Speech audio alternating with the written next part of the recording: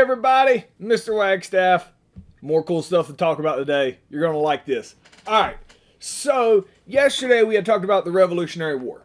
All right, so the Revolutionary War is over.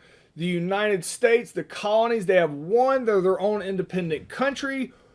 Hooray, or so it seems. Now, here's the problem. The colonies were really key on being left alone. All right, we were rebellious. We were like teenagers telling our parents, leave us alone, leave us alone, leave us alone. And then England's like, fine, see ya. All right, and they just dip out. So it would be like you telling your parents, leave me alone, leave me alone, leave me alone. And then they're like, all right, see ya. Here's the keys to the house. Here's the mortgage payment. Here's, we're out. And they just leave. And you're like, yeah. So granted, if you really wanted them to leave and they just left, for the first, week or so, everything's awesome. But then you got to start figuring out how to pay bills, how to what you're going to do, because you felt like, I guess in this analogy, that you could run the house better than your parents could. Like, the analogy isn't perfect, but this is kind of the mentality that the colonists, the Americans, they're in. So England left and everybody's high-fiving and super happy. The problem is the government that the colonists have is called the Articles of Confederation, and it's garbage. And they're going to figure this out real early on. The reason everybody wanted the Articles of Confederation is because it was the complete opposite of England. That's why everybody wanted it. They're like, hey, you want this new government? And they're like, how close is it to England? And they're like, 0%. It's literally the opposite of what England had us do. And we're like, good, because they have a king. So you know what we're going to have? Nothing. They taxed too much. So you know what we did? Didn't tax. Their army was overbearing. Their army was. So guess what we do? Now we'll figure it out. So this new government is basically useless. And that's what we're going to talk about today is after we get left alone, we look at our new steaming pile hunk of garbage that we have for government. And we're like, do we need to fix it? But at first, it's not a pressing need. We're just happy to be our own country. And we're like, I'm sure we'll iron out these little issues as they go through, as we, come to them. What they learn in the first 10 years, because the first government of the United States is the Articles of Confederation. It lasts 10 years because it's garbage. They start thinking they can fix it, but they realize it's so garbage, they're going to have to throw it out. And that's what we're going to talk about today is the Americans figuring out the garbage level that was the Articles of Confederation. All right. So, let me put myself up here in the corner. Beep, beep, beep, beep, beep, beep, beep. Oh, here's old G-Dub. All right. George Washington, crazy famous. All right. Now, you may in your mind know George Washington's the first president. Under the Articles of Confederation, there's no such thing as a president. So George Washington won the Revolutionary War. That's how Americans view him. Let me explain George Washington before I talk about his politics at the time. There may never have been a more famous person in American history than George Washington when he was alive. He is every movie star, social media influencer, artist, politician. He's everything all rolled into one. He is the superstar of America. He won the Revolutionary War. Immediately people are like, yeah, so George Washington just showed up and roundhouse kicked everybody, and that's why we won. So his lore just grows. He is super famous. George Washington is not an arrogant guy. He's actually a really calm, cool, and collected guy. When he's done with the Revolutionary War, he just goes back to his house. Now, he lives in a mansion with a big plantation called Mount Vernon. That he just goes back to his house and just starts living life because there is no federal government. There is no functioning central government of everything. So, yes, George Washington will be the first president. He don't want that. He got called to duty, he feels like, to go fight in this war. He won. He just wants to go do his thing as a farmer. All right? So, for 10 years, now most of those 10 years, the Revolutionary War was happening. But the Revolutionary War is over. It's the early 1780s. And George Washington's just hanging out at his house. So George Washington has nothing to do with the Articles of Confederation, all right? And we're going to talk about today, the Articles of Confederation start falling apart, and we realize that we need more people like George Washington in the government. All right, so we start with him in picture, and then we'll kind of ignore him for a while and come back to George Washington when everybody starts clamoring back to him. Like, he fixed it when we fought Britain, and as a general, can you fix our government? And we'll come back to George Washington. All right, so the Articles of Confederation. America had just won the war from England. 1777, they were created. So from 1777 to 1781, the Articles of Confederation worked fine, mainly because everybody was united in this fight against Britain. So once 1781 happens and the war is over, then it's kind of, okay, does this government work? So we have 13 states at the time. All right, so we have 13 states at the time. And all the power in the Articles of Confederation gets divided up among those 13 states. So no state can tell another state what to do. This idea of having a small government, and each government has like a representative government, so that there's no big evil king telling everybody what to do. That was the reason for it. They wanted to be the opposite of England. Whatever England did, is make it the opposite. And that's why everybody loved the Articles of Confederation, in theory, because they're like, we don't like England. Just do the opposite. England may not have been the best thing for the colonies, but there were probably parts of the English government that would have been beneficial to add into the Constitution, or to the Articles of Confederation, that are going to get ignored. So, Articles of Confederation give all the power to the states, and that's going to cause a bunch of problems, all right? So, like, the question is, why did the American people originally want the Articles of Confederation, sometimes it's just called the Articles, after the Revolutionary War? Like, why would they want it? If they knew it was a steaming pile of garbage, why would they want it? They didn't know it was a steaming pile of garbage, so explain here in 2 sentences why they wanted these. Feel free to pause me if you want. All right, so problems with the Articles. Early on, there are some issues. All right, got a map here. So, America, if you ever hear about our debt, all right, that America's in this huge debt. We've always been in debt. From day one, we started in debt because, hooray, we're our own country. We owe $13 million. Guess who we owe $13 million to? If you remember from yesterday, it's France. France had given us $13 million. Well, we have to pay France back. Now, what happens if we don't pay France back? France comes over here and takes over America, all right? So we got to pay France back. France expects us to pay them back. We're going to. So how does a country pay back another country? Oh, Mr. Wagstaff, they send them money. Correct. How does a country get money? They tax people, all right? So when you file your taxes, I'm saying that like y'all file your taxes in the spring.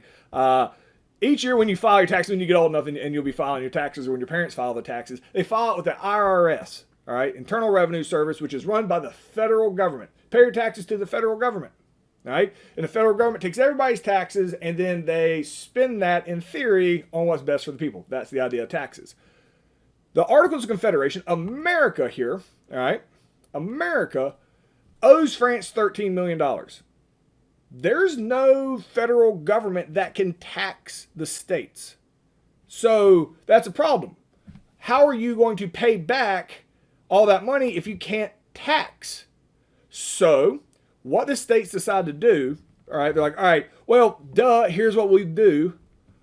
All right, we owe back $13 million. There's 13 states. Each state, y'all just raise $1 million and send it on over to France when you get it. So, hey, that one's solved, or so they think. So each state is responsible for raising $1 million and sending it over to England. Here's the problem. Not all states cared. So say we paid back $10 million of the $13 million. All right? 10 of the 13 states pay back their debt. But 3 states don't. France is going to be expected to get that extra $3 million. If America, and they view us as a collective whole, does not pay back that extra $3 million, France is going to come take us over. And are they just going to take over those 3 states that didn't pay back? No, they're going to take over everybody. So while they're paying it back individually, you have to make sure everybody pays it back. So when each state gets required to pay back their portion of the debt, some states took it very seriously, like North Carolina and Rhode Island. Where's Rhode Island? Tiny little Rhode Island right here. Rhode Island, North Carolina, we're like, oh my gosh, we owe money. So North Carolina and Rhode Island scrape together every bit of money they have in order to pay back their debt to France. All right. So how does North Carolina get money? How does Rhode Island get money? How does any government get money? Taxes. North Carolina jacked up their taxes. Rhode Island jacked up their taxes. So the people of North Carolina, all the money they made got taken in taxes and then given to the government and given to France. So the people that lived in North Carolina couldn't get rich because all your money that you made got taken in taxes. Same in Rhode Island. So Rhode Island is very poor and North Carolina is very poor because where's all our extra money going? In taxes. So North Carolina and Rhode Island, very concerned about this, and North Carolina and Rhode Island do pay off their $1 million debts. States like Virginia didn't care. Like, nah, figure it out later. So Virginia didn't tax anybody at all. Super laid back here in Virginia. So here's what happens. If you lived in Virginia, you didn't have to pay any taxes. You had a lot of extra money. So you were rich. All right. People in North Carolina, dirt poor because they paid all their money in taxes. So Virginia would kind of bully the poor people in North Carolina because they didn't have as much money. Like they would hire them to do really crap jobs that if they hired a Virginian, they would pay them more. The states didn't really look out for each other's interest. They only looked out for their own individual states' interest. This is another problem with the Articles of Confederation, that states didn't really care about their neighbors at all. So one of the first issues that we're going to see, all right, in the Articles of Confederation is unfair taxing practices. All right. Unfair taxing means North Carolina was getting taxed too heavily and Rhode Island was too heavily. Here's what's crazy. The taxes in North Carolina and Rhode Island, way higher than any of the Townshend Acts or any of the taxes that Britain had ever put on the colonies. And it's a self-imposed tax. However, most people were cool with this because you had representation. They understood why I'm being taxed, what it's for, and things like that. They not happy about it. I'm not going to say happily give my taxes, but they understood the motivation. So there's not really going to be people getting murdered in North Carolina and Rhode Island over taxes. There will be in another location we're getting ready to talk about. But North Carolina and Rhode Island, they do pay off their debt. Here's another big issue. Say North Carolina and Rhode Island were the only 2 states that paid off their debt. There's $11 million left that we owe France, we being America. If we don't pay France, what's France going to do? They're going to roll over here and they're going to fight us. If France invades America today, all right, have a good laugh amongst yourselves when you think about that. If France invades America today, who goes and fights them? All right, well, here in Davie County, a lot of people raising their hand in the back, I can tell. But if we get invaded, who goes and fights? The military. Who does the military work for? The United States government. Guess what doesn't exist under the Articles of Confederation? A federal government. There is no army. So if France invades, say they invade Virginia, you know who has to defend Virginia? The Virginia militia, all right? We already talked about how the surrounding states don't care about their neighbors, so Maryland's not going to come help out. North Carolina's not going to help out. And so these armies can invade and just take over state after state after state. Smart people like Thomas Jefferson, Alexander Hamilton that we'll start talking about, even George Washington, Benjamin Franklin, they start looking at this and they're like, oh, that's a problem. We need to probably fix that before it legit becomes a problem. Once we realize that we can't tax fairly, all right, because there's no federal government, there's no fair taxing practices, and that there's no way to raise a military, that is devastating, all right, to trying to run a country. If you can't tax people and you can't raise a military, you can't run a government. That is That is just a thing that is, all right? So all the smart people are like, hey, before this like becomes a big issue, we need to get together and fix some of the stuff in the Articles of Confederation. So these were some of the issues here. Economic, did not have the power to tax, all right? The leadership, no executive branch. So there technically was a federal government, but it had no power, so we don't even talk about it. Just pretend like it doesn't exist because that's how much power they had. And then the military.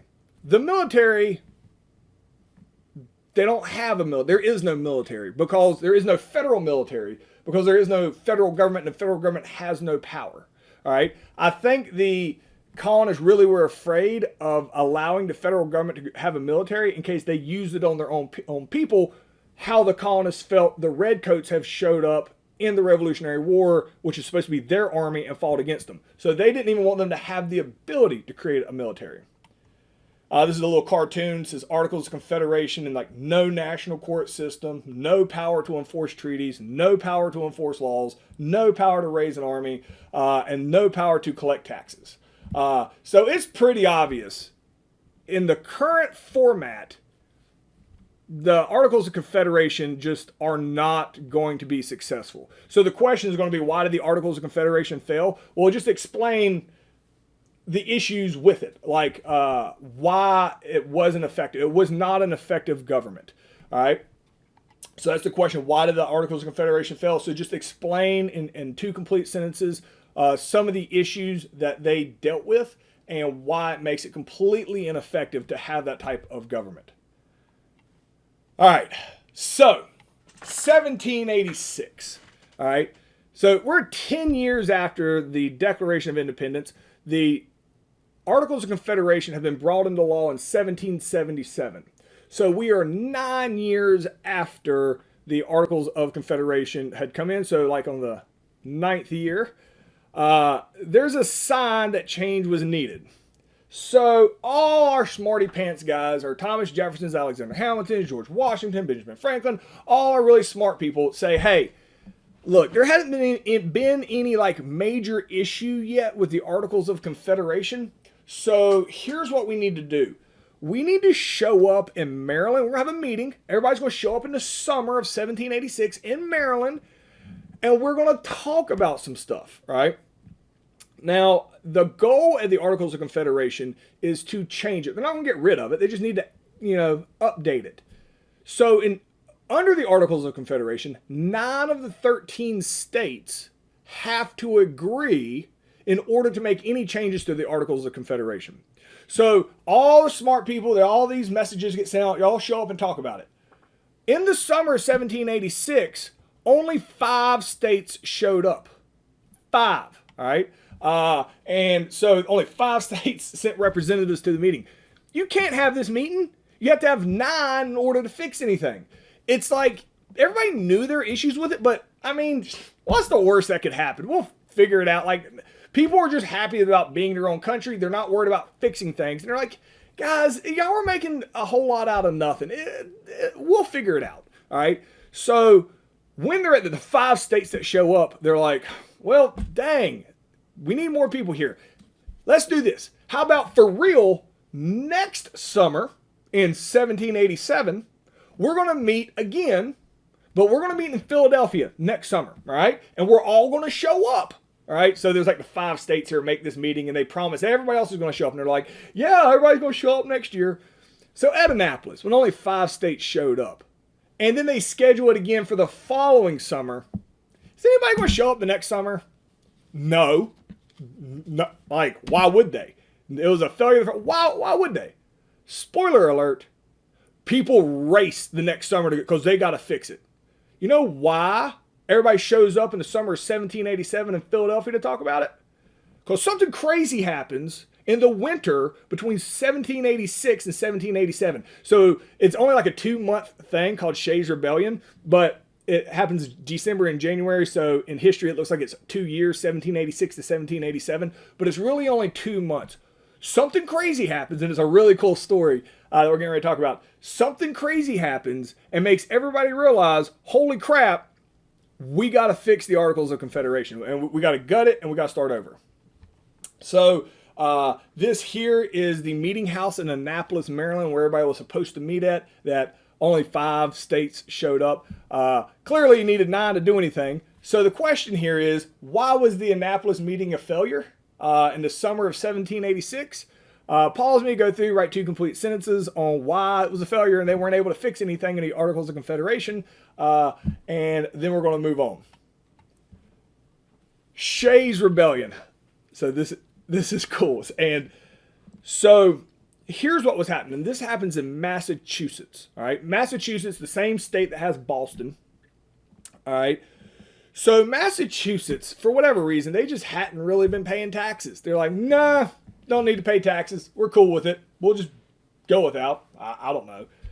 And then all of a sudden, Massachusetts one day is like, holy crap, we have to pay a bunch of taxes. So Massachusetts turns around and looks at all the rich people that live in Massachusetts and they say, give me all the money right now. But they only look at the rich people for the money. And they won't, the reason they go to the rich people is they want something called specie.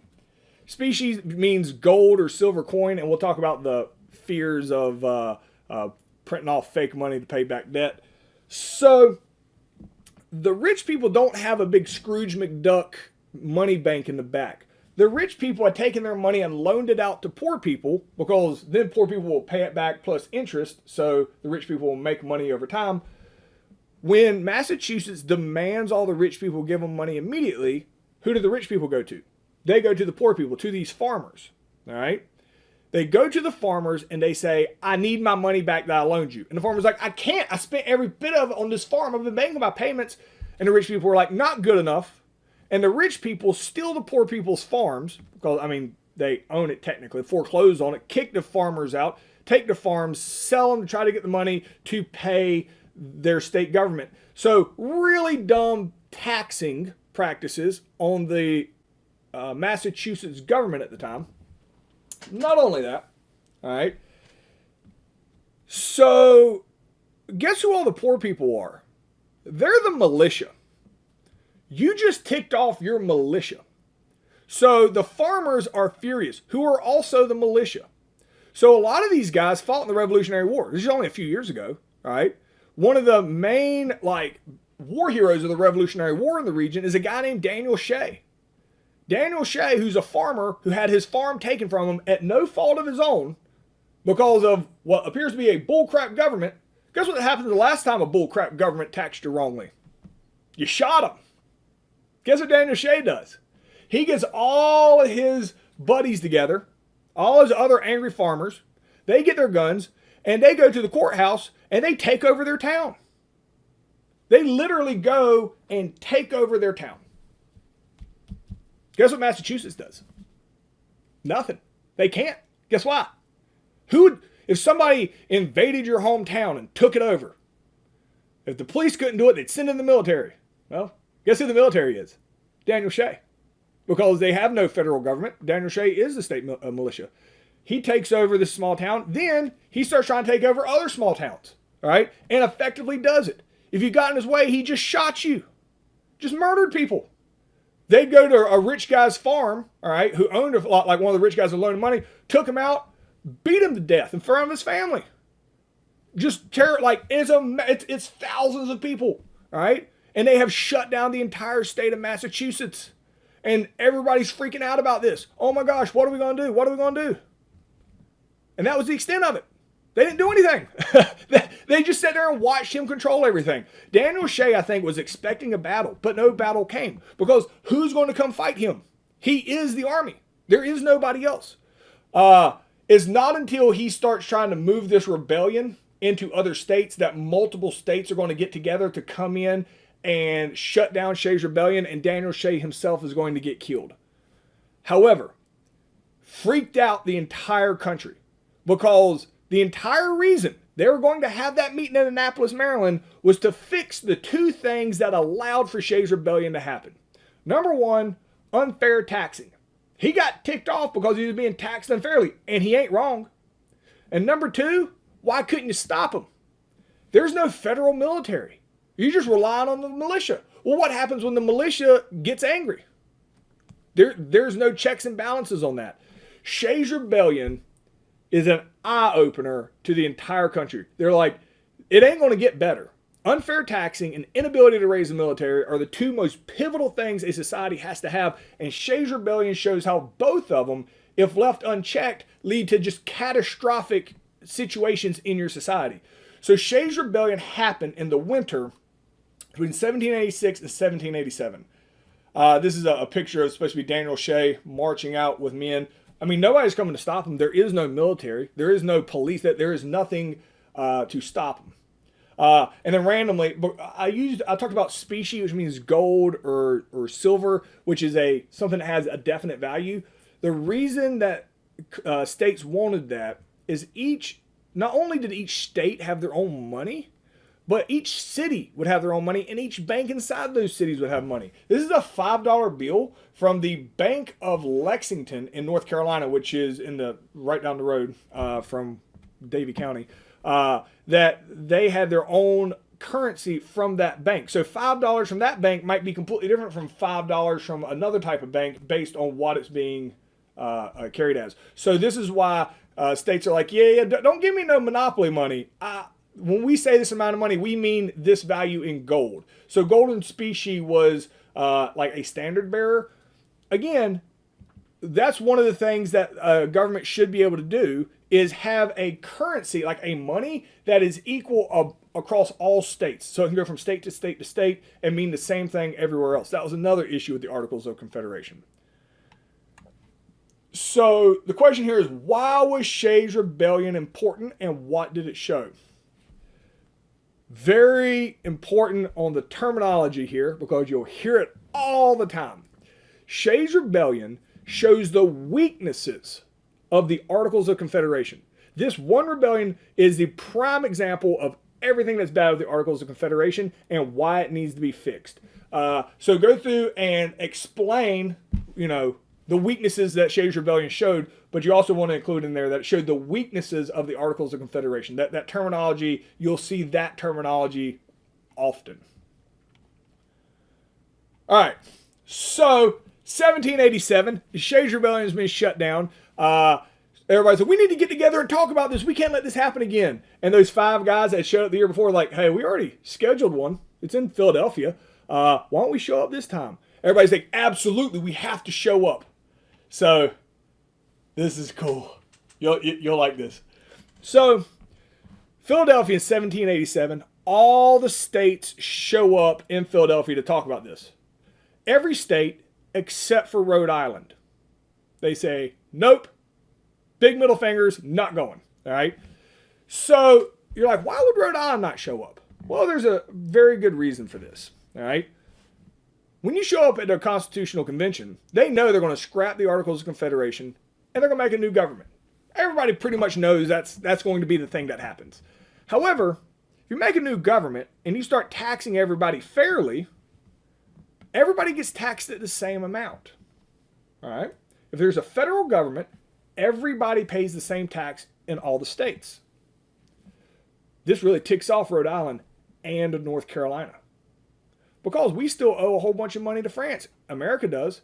Guess who's going to have to pay that now? Everybody, equally. Why would North Carolina and Rhode Island be furious about having to pay a tax to pay back France? That's right. We already paid ours back, all right? But now we have to pay it again? So Rhode Island and North Carolina are like, absolutely not. We're not going. Absolutely not. So North Carolina originally refuses too. So all the other people that are going to show up, they're like, oh, shoot. North Carolina's got a point here. This, yeah, it's going to suck for them. So Alexander Hamilton, who's going to be one of the guys that are going to put the Constitution together, comes down to North Carolina and talks to us. Man, we are grumpy. He's like, hey, I want y'all to come to this meeting. And we're like, we ain't doing it. Ain't going to do it. And he's like, guys, come on. Y'all got to show up. And we're like, we already paid our debt back to France. You're going to nationalize the debt, which means everybody has to pay it, which means North Carolina has to pay the same debt again. We're not going. And Alexander Hamilton says, hey, all right, you have a right to be mad. You have a right to be mad, North Carolina, because it is going to be unfair. You're absolutely right. We are absolutely going to nationalize the debt. And probably North Carolina tried to fight him at that point. He's like, and you're going to have to pay it again. I'm sorry about that. However, we want you to come because we want everybody represented there. And North Carolina's like, no. And so Alexander Hamilton says, I'll make a deal with you. If you will just show up, the capital of the United States, which at the time varied back and forth between New York City and Philadelphia, Alexander Hamilton promises North Carolina, if you come to the meeting, we will move the capital further south. Or he actually says he'll move it into the south. All right. And now this is a big deal because, you know, you have to go horse and wagon to get to these places a long way away. If they're actually going to move the entire capital further south as a sorry gift for North Carolina has to pay these taxes, that's a pretty legit offer. And plus, North Carolina, they're going to get railroaded here anyway. They're going to have to pay it anyway. North Carolina's like, fine, I'll show up, but I'm just going to sit in the back and throw things and cuss at y'all the whole time.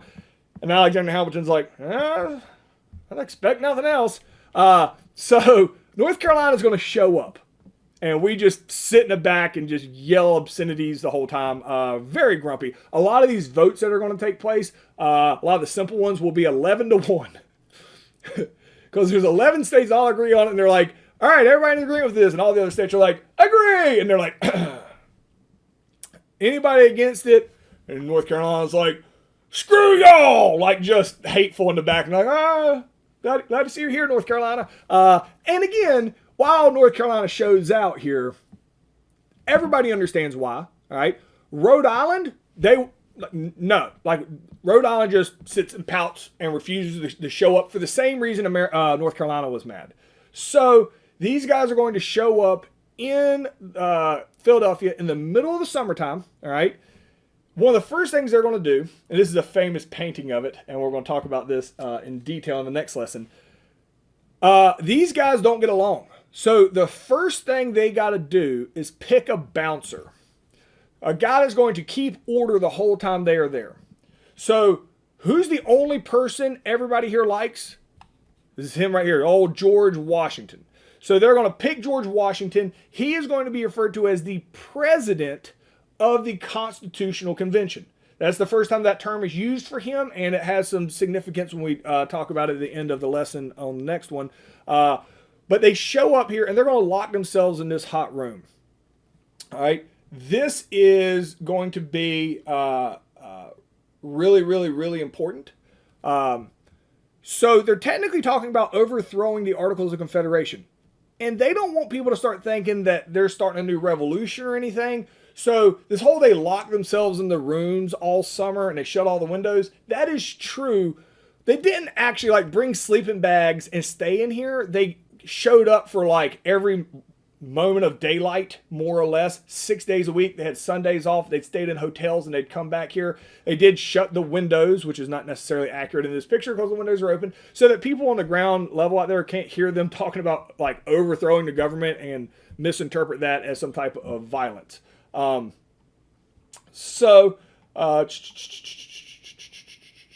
right, and that's as far as we're going to get today. So we will pick up there tomorrow with old G-Dub here talking about the as the bouncer here, more or less, at the Constitutional Convention.